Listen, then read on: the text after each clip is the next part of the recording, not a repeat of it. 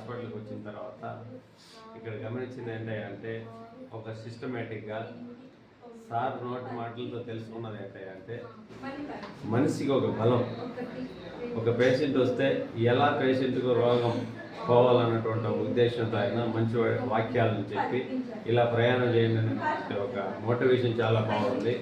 దాంతోపాటు ఒక క్రమశిక్షణ ఏంటంటే ఒక లైన్ పద్ధతి ప్రకారం కానీ చూడటం కానీ ఒక పేషెంట్ ఎలా తన రోగాన్ని పోగొట్టుకోగలడన్నటువంటి ఒక అంశాన్ని చాలా బాగా చెప్పినాడు.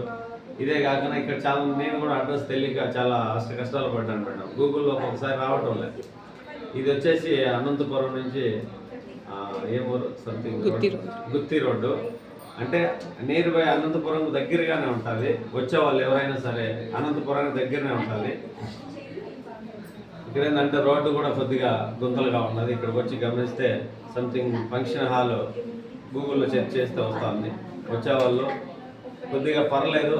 ఇక్కడ ట్రీట్మెంట్ కానీ ఏ ఇంజక్షన్ కానీ ఏ మాత్రం ఉండదు. ప్రతి ఒక్కరికి కూడా ఒకే ట్రీట్మెంట్ ఉంటుంది.